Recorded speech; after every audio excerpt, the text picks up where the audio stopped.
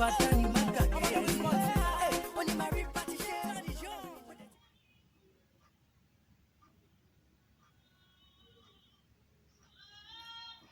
guys, welcome to my YouTube channel. Sorry, this is me in my space, doing my thing my own way.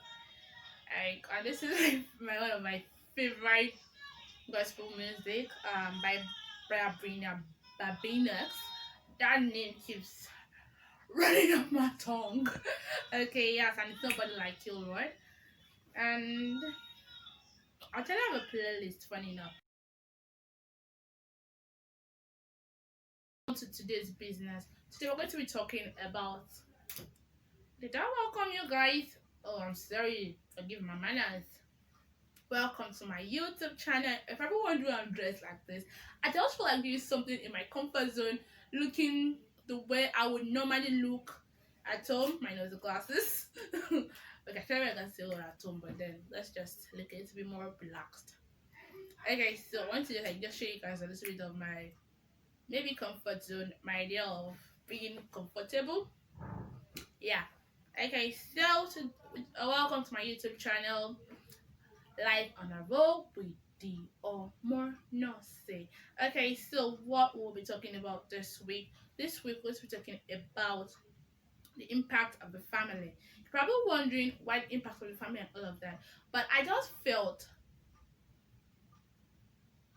in me, I'm thinking or saying the way it is in my mind, but I'm thinking, will you understand my thoughts? Okay. Okay, I have the whole thing. Okay, so the topic for today is the impact of the family. Now, the question we're going to be looking at today, hmm, the question is: should we blame the family for the outturn of a person, of an individual, or do we blame the individual, him or herself?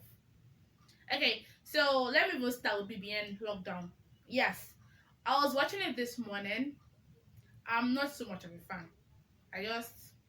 I'm in lockdown. I'm locked home, and then after working, I get really tired, and then at times I just like watching the money just to see what they're doing, and I'm making an excuse. I should try to shut up right now, so I'm shutting up on that. Okay, so I was watching BBN lockdown this morning, and then they were discussing. I met them on that discussion actually, and I love the discussion because it was in line with what I wanted to, you know, shoot today, because most times I shoot on Mondays or Tuesdays, and today is Monday. Okay, so I was telling them what I wanted to shoot. I'm like, wow, this is cool. And actually, what then I realized were like, because it was tricky to that. I think it was tricky to that said it, and I think Bright or something like that. Whoever said it. My point is, don't worry, you'll find out. You'll find out as you go, and you'll find out. Don't worry. Okay, so looking at a family is the first port of call of any individual. We all have families, yes. But at times, I feel like we as individuals blame the family for everything in this world. The way we turn us in this world, it is family's fault. Meanwhile, we play a larger role because the family only influences your behavior, your views as to life. Okay, for example, Lucy. Yeah, let me use this. Let me use this. For those of us that love reality shows, DBN in particular, we'll be able to relate with this better. And if you do not like this things like this, please kindly follow me. I'll break it down. But I just felt to use this because I mean the show really did interest me this morning in a different manner. Okay, so Lucy was saying that there are 6 institutions. She was able to mention 5. And honestly, if you ask me, wait, let's keep mentioning it. I should remember the 6th one. I did this in secondary school, please. Yeah. Okay, so first she said family, first part of call. Then the school, religious institution. Yes. In the sense of Islam, Christianity, and traditional stuff. Yes, traditional religion. Yes. And then she said, so we have family, school, your religious institution. Then we have the media. The media comprises of social media and all of that, TV, radio, all of that. Yes, and then we have the peer group. Now remember that the people you meet, your peer groups, that's the people around your age. Remember that they also will bring the values they've inculcated, they've gotten from their different families. So it's still a circle. Remember in church, in your mosque, and in your shrine. Remember these people, that the religious leaders. Remember they also have a family. So it is what they've gotten from their family. Now the media, it is what you've gotten from your family or you've seen around you that you will go and say. You will not manufacture something from heaven. You wouldn't manufacture it. Am I making sense? The school, I mean, I'm a teacher. It's what I've there's no way I will be teaching you the way I'm talking now, right now. It's a form of educating you. There's no way I can be educating you, and I actually would not let my beliefs, my norms influence a little bit of my teaching. There is no two way about it, because what we teach would is a part of us, and it's kind of intertwined. Basically, if we try to look into this, we won't leave this place today. But my point is the fact that the family is of key importance. And so if I actually want to blame the family for the mishap or misfortune or the good way this person turned out, we want to but when you say blame, we always negative. So let's just say the mishap of a person this individual has turned into. Also remember that some people, I even have real life examples, really close people to me. Now I'm talking about my senior friends, all these the daddies we have now, around 50 upwards. Now I have a lot of senior friends, and I've opportunity to actually talk to a lot of them, and I realized that most of them, maybe not all of them, but a few of them, they in their they grew up in a poverty-stricken family and environment, and in growing up, they all had the same opportunities. I mean, with their siblings or people they grew up in the same area apparently, and these people have turned out better than them. So, and for example, let's say the one of family now. So, for example, let me use a family. God forbid. Let's say that Mr. A, grew up in a family, and that family they have six children. They are either poverty stricken or rich, either ways, but they all have the same opportunities. That's my point. And then Mr. A turns out better than the remaining five children. It's from the same family, they had some opportunities. So what happened along the line? What did Mr. A do, or what did he believe in? I didn't believe in. What happened? Because they had the same opportunities. Some of the time have almost the same beliefs. Maybe not exactly the same friends, but almost the same beliefs at least. And that means that your friends could actually influence where you turn out. That goes back to family, because what I've learned from family, I'm thinking to try like, sorry, I'm talking to first. I used to say all that. I'll go back. Now, Mr. A turned out different from the rest, and they all had the same opportunities. Now, and remember, and let's assume they've had different friends. Remember, those friends would have gotten their own beliefs and values from their own families. So what was it, the fact that they had different friends that influenced them, or they had different experiences? What exactly happened? So do we blame the rest, the remaining five children, for turning out poor and Mr. A for turning out better, or what exactly happened? Personally, I feel like an individual, yes, family influences your thoughts, your family influences the way you view the world. Your family is a kind of lens that blocks the way you view the world and makes you see the world in a whole different way, yes. But I feel like you owe it to yourself to be a better person. I feel like you owe it to yourself to not to better your lot, to be different. When I say different, a positive difference. Now a positive kind of difference. I feel like you owe it to yourself to be positively different from where you grew up in. To be better than to be better than your parents, to be in a better place than your parents, than your people around you. Yes, because remember, no, your family does not do things through you. You do that thing yourself. So it's more right, even your less. Why even let negativity actually like influence and not being on the family? It's everything is your fault. You're the how do I put this in on serious English? You're the doer that did the deed. Let me go slower. You are the doer that did the deed. Okay, that's like I hope you get my point.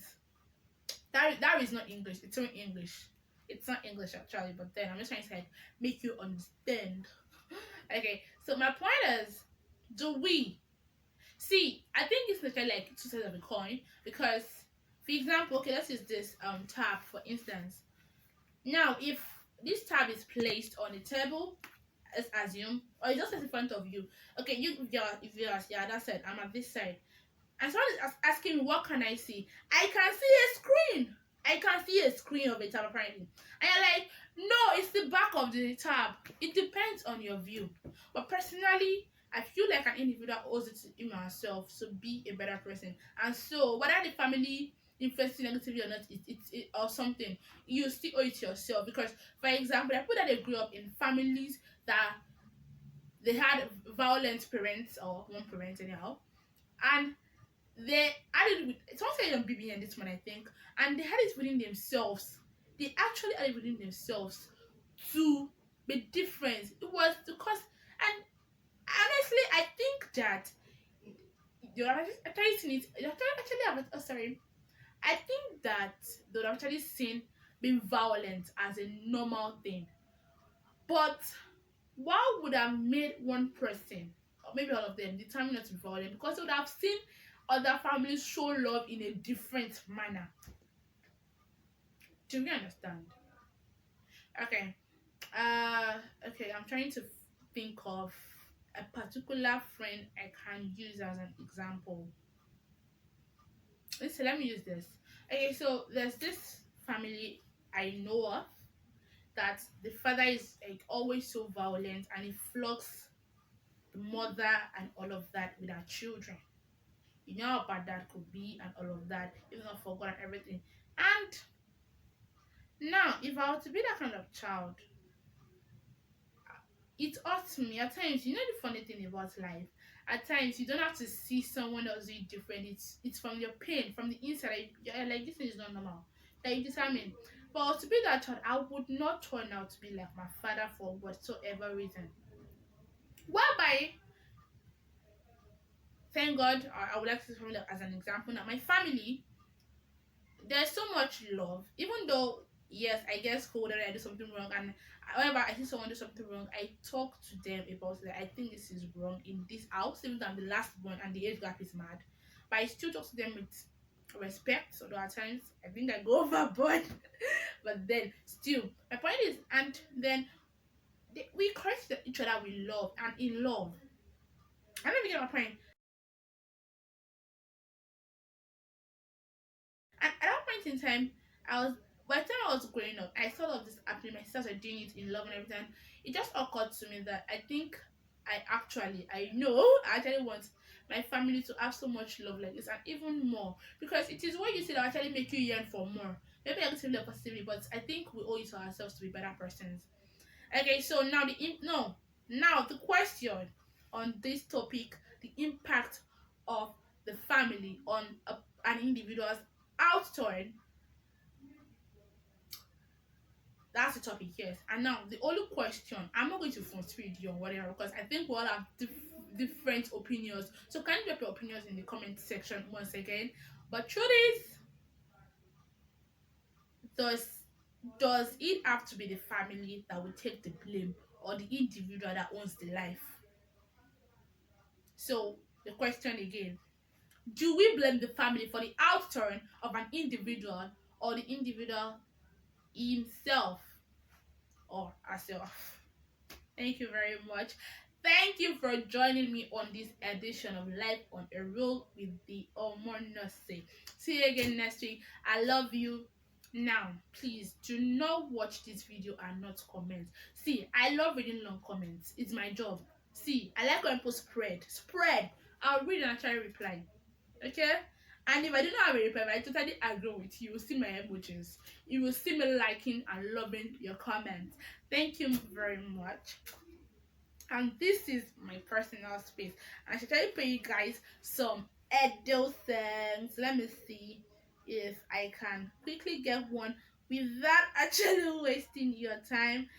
And honestly, I feel like doing something. I feel like giving this, like, if you want me to talk about a topic, you could actually like just drop it in the comment section. Let me know, or in my DM, on, let me say Instagram. Instagram is the most convenient one for me. On Instagram, so my username on Instagram is o_nose, as in English nose. Yeah, thank you very much. And there we go. I love this song. It's Osangi Owendale. Hey, by Osadebe. This is my idol girl coming in. But eh, don't worry, you too. I asked for sorry.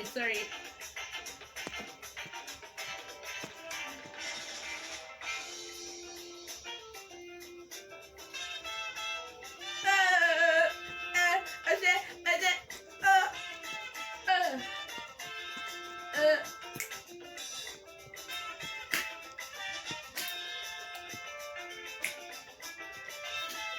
Thank you very much. Thank you very much for joining me on this edition of Life on Hero. See you next week.